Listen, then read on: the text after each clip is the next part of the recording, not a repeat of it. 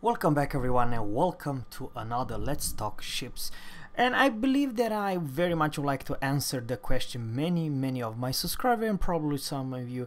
There's a new bad boy in town, the Aegir. What is the best choice to take? Is it Alaska or probably it is the Aegir himself?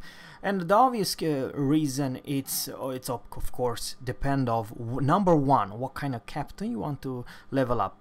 If it's a German captain, probably, and you like your German battleship captain or cruisers captain, it's probably not a bad choice to pay or buy your Aegir, the tier 9 German battle cruiser or super cruiser or how you name it. On the other hand, if you ask me which are the best, Alaska or Aegir, my final conclusion, guys, it's definitely the Alaska. Now, some big YouTubers kind of mentioned that the Aegir's biggest problem is that it's kind of a squeegee and has no problem whatsoever if you are a big, huge, let's say, battleship like Georgia, Musashi, got the big caliber guns, Yamato, and so on. Have no problem to literally do significant damage to all cruisers, and it's same story with Alaska. However, in all my battles, I played quite a few in my Alaska, I barely never got Citadel. It's not so darn easy to Citadel. That's the biggest difference between Aegir and Alaska. In Alaska, I'm just saying you will do a lot of damage. Yes, you can receive 25,000 damage in one salvo from many battleship. However, Citadel, this thing, it's never gonna happen so damn easy. Of course, big large cruisers downside is that you can be torpedo spammed by the spammer, torpedo bay and ham, or some pan-European destroyers, also extremely good, like Holland and Småland. It's a big large ship. It's downside to be a big ship, like super cruiser, Aegir, Alaska, and Moskva. But the truth is, and here is my best example to share with you the obvious difference between, let's say, Alaska, Moskva, and Aegir. Aegir, it's, shall I say, pretty agile. However, let's talk about my build and why I'm going for it.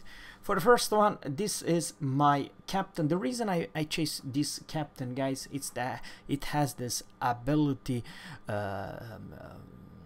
expert loader.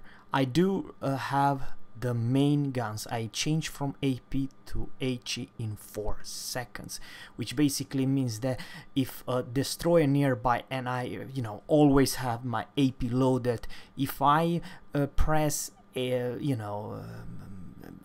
change the ammo to HE, I will have it in 4 seconds thanks to this special captain. And also the expert loader, so not a crazy good perks, but anyhow, it's a little better, improved expert marksman and improved expert loader. It's, in my honest opinion, pretty darn good ship to level up your cruiser captain, and also in some regards also the battleship captain. This is my build. Once again, guys, I do not have a spec. The next one, you may argue that I could have what else? Not a bad pick. Fire prevented. It's the biggest weakness of the big super cruiser. They will burn, and it takes a much longer time to take out the fire. So this is not a bad perk. Definitely, I'll definitely go for Adrenaline Rush. And Demo Expert, it's up to you. Probably this one, if it's a lot of destroy, it's also not a bad pick. Over here, it's definitely a little bit more HP pool. It's not a bad pick, and especially fire prevented. And Adrenaline Rush. Now, there's something else that I'd like to talk about in the module. I have a very crazy module up. It's not the regular module. I do have main armor modification one. I do have better surveyor radar, because you have this long radar, the US radar, which actually I do not use so much in this ship, and I'll also tell you why. This is a must-have of the aiming system modification 1. You have a pretty darn good accuracy with this one. Why not even improve? Now over here, guys, I do have the steering gearing modification 2, rudder shift minus 20%, and this one I do not have the concealment. I do have the gearing steering modification. This is very unusual, guys. Most of you guys will definitely choose concealment, because concealment is always good. And of course over here I went for the main battery. This one I do not quite recommend, because the shells, and that's the biggest downside with this ship, it's that it takes quite significant time to hit your target at maximum range, and I believe it's more than enough. 19.0 kilometers range, it's absolutely fantastic. Now let's talk about something that I very much would like to talk. My rudder shift is 6.3 and turning radius 850. What basically does mean, yes, I pay with crappy concealment. My concealment it's even worse than a battleship. My detection by sea is 13.5, and that's bad. That's really darn bad. Matter of fact, the Conqueror and most tier 10 or some tier 10 battleship has better concealment than you.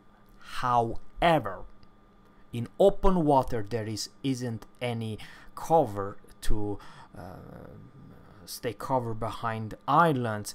I believe that this maneuverably, I'm talking about the 6.3 rudder shift and turning radius 850, for this size of a behemoth, you turn pretty damn good. And I would like to say, if a sniper, let's say Musashi Yamato wants to snipe you at 24 kilometers, yes, it could happen. Yes, you may receive some damage. However, if you turn this left and right and use your WSD key, you're never gonna hit anything. I'm talking about you as a battleship captain. If you think that this huge damn big ship turn as a slug, I do believe that you have to think twice. This is the biggest difference between, let's say, Moskva and Alaska. Alaska, and with my special build, you always have opportunity to disengage and hell even turn, or shall I say, use your if you're a bad situation, if you're in a, shall I say, you overextend, you always can disengage and turn and without being punished. What I mean, sure, you can punish this thing, and don't forget the Yamato and Musashi will always citadel the crap out of you, even if you're Bowen, so you don't have quite the tankiness of, let's say, Moskva. On the other hand, Moskva can never turn and disengage. She will most likely put yourself in on reverse and trying to reverse back like this home, or backwards, selling backwards. That's the thing. In Alaska, never gonna happen. You just turn, because your rudder ship, it's absolutely amazing with this build for this large ship. I believe that the rudder, it's so impressive. It's close to Zhao's turning radius. I really feel that together with this extremely good rudder ship. While I'm building this, it's that even though it's a big large damn ship, I do believe this you have opportunity to disengage and duke the incoming fire. I'm not saying you're gonna duke 10 ships aiming at you. Of course you're dead, but 1 versus 1, I believe in right hands, Alaska, a good player, can disengage and always use the rudder and turning radius in advantage. And I'm just saying, a ship which is kiting away or angle, you're never gonna see it, and especially Alaska. You have to be one of the luckiest aimer in the entire world to citadel Alaska very sharp bow on. Yes, you can do a lot of damage, but you're never gonna nuke her real darn hard, because you have enough armor and enough angle and enough with rudder that can, you know, do like this: turn left, turn right, turn left, and turn right, and makes extremely hard for slow AP shells to you know, do significant damage. But overall, guys, I believe, and that is the biggest difference between super cruiser like Moskva and you know, the German Ager. It's actually pretty darn maneuverable as well, but in my build I'll beat the Ager every time. And something else, and that's also a big difference, is that the Alaska has a little bit better tools, has good hydro, and of course the radar. And what I like the most, it's that she fulfills the role of a cruiser. You are a damn good supporter. Of course, if you are a destroyer, you don't want to come within the radar range 10 kilometers, because, you know, how about the radar? With my build, let's talk about the radar. The radar, how long does it last? My hydro lasts for 100 seconds and reloading 120 seconds. My radar lasts for 42 seconds. So even though I probably not do a lot damage, because Alaska and Ager and all those super cruisers are not damage, you know, high damage output, or you know, a lot of DPM, but 42 seconds, it's more than enough to kill that poor destroyer within the capping range or whatever the situation is. And of course you have heal, and nice thing about the Alaska is that she's too damn strong at tier 9. When she's facing a tier 8 and God forbid tier 7s, does not matter. Even if you that ship, it's a battleship, you just laugh at their armor. What armor? This behemoth of a ship. Even Tirpitz and Bismarcks receive more than 10,000 damage without citadel from this behemoth of a guns. These guns are not a joke. Those guns are so extremely tight together. You're never gonna miss if you aim correctly and you aim for your target and lead enough. And that's the biggest problem with this ship. You have to give some correct lead, because the AP takes their sweet time to hit the target. But when they hit the target, they absolutely hits like a trucks. I believe, guys, without saying too much, this is a ship. If you are, let's say, I don't know, for battleship, it doesn't matter what kind of battleship you are, and you are let's say half HP, and Alaska it's also half HP, yeah, you might actually think twice. It's a good idea 1 versus 1 deal with this ship, because even though probably not quite have the battleship's guns, but they reload much faster, have enough good armor, and the DPM it's so crazy strong in the AP performance. Remember, she does have a improved US AP shells, which basically means that even if on some crazy angle they will penetrate and do full damage. You don't want to hit the full damage from this behemoth. And something else, guys, and this is kind of also important, she does not quite have a lot of weakness, because, you know, her AAA, it's a US god likes AA. She can be strike. On the other hand,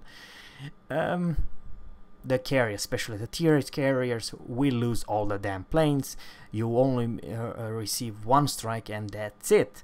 And for that reason, I would like to say that she's a lot of fun, because you don't quite fear destroyers, you don't quite fear CV, and your main job is definitely to take care of business versus other cruisers. That's your main goal, not quite destroyer or the CV, but you have enough good AA performance. On the other hand, you have to keep watch for the big boys. The battleship are the one who's gonna mess you big time, because if they all focus you, you will go down ASAP.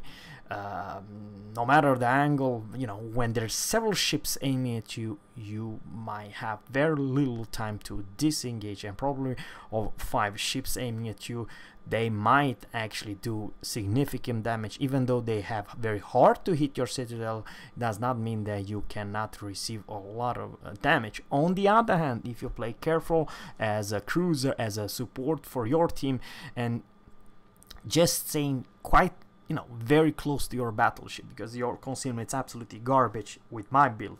You have much better concealment if you put a concealment module. On the other hand, you don't have the rudder like I do, so it's a trade-off.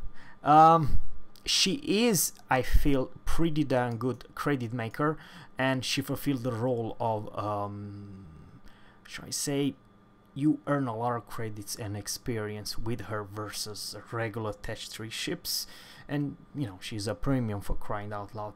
But the main focus, and this is kind of a word game in a nutshell, it's that today's matchmaking is that this thing is actually even stronger than ever before. And same story with Aegir, thanks to the stupid matchmaking. Sometimes all tier 9 and nothing wrong with them, they are pretty damn strong, but most of the cases you're facing tier 8s and tier 7s, poor devils. The tier 7 has no chance whatsoever. No destroyer, no battleship, no cruiser has place versus this behemoth. This is on the other hand, you just laugh at them. No matter if it's a destroyer, no matter if it's another cruiser or battleship, you just go and straight up vanish them. Yes, you heard me right. If, let's say, God forbid, there's a division with 2 Alaskas, and the matchmaking, it's sometimes absolutely fantastic that you are shooting and deleting tier 7 cruisers and battleship, then yeah, you're gonna have a lot of fun. And my honestly opinion, guys, it's broken, because the truth is, and here's the deal, guys, a tier 7 cruiser and most tier 8 cruiser does not have heal. There's very few premium cruisers that do have heal at tier 8. At tier 7, the only light cruiser, like British light cruiser. But you see, the British light cruisers, they are so damn squishy. Even no matter where you hit with the stupid AP, you will citadel the crap out of them, and most likely will do overpen if you don't aim correctly. What I'm trying to say is that, man, this is too strong versus tier 7. Any tier 7 ship, absolutely hilarious strong. It's too damn strong. And I say that she is, in my honestly opinion, the best cruiser tier for tier in this game. So yeah, I like her. And in next video, guys, I'm not just talking about sharing you my experience, I'll also teach you how to play this ship correctly, because there's a lot of captain who's playing this ship absolutely in the wrong way. You are not YOLOing in. You probably are pretty damn strong in a tier 7 matchmaking. When you're the only tier 9 ship, yeah, then this thing is absolutely behemoth, and you can go down to versus your enemy. On the other hand, in the tier 9 matchmaking, you probably, or when all are tier 9, you have to you know your role. Your role is still a cruiser, not a battleship. You're not the one who's taking too much damage. You have a lot of HP pool, that's true, but it doesn't mean that you can be focused fire by a lot of enemy ships. But if you play correctly and support your battleship, it's absolutely a crazy strong ship. And guys, I still honestly believe that her only downsides is that your aim, you have to be correctly to lead enough to the shells to hit the target. But if they hit, they do tons and tons of damage. And unfortunately, in this game, more damage you do, more credits you make, and even more experience you gain. So yes, she's not quite a Missouris in that credits maker and experience maker, but even for an average Joe player, you will do tons of credits if you are playing this ship correctly. So guys, stay tuned for next video, because I will put myself and not just walk the walk, but also talk the talk, and also show you guys how do I play my Alaska and you know, all those ideas, tips and tricks how to improve your gameplay overall. So guys, let me know in a comment below, what do you think about this lovely ships versus another ship that I also like, guys.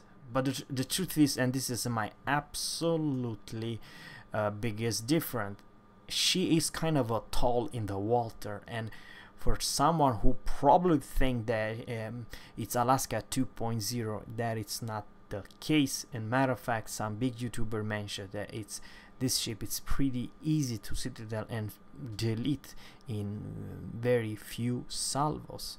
It's not the case in Alaska. I'm not saying that if you play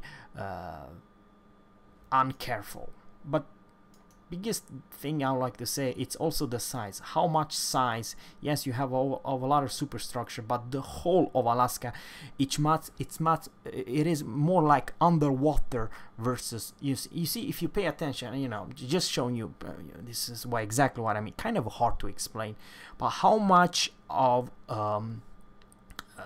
plating it is above the water versus Aegir.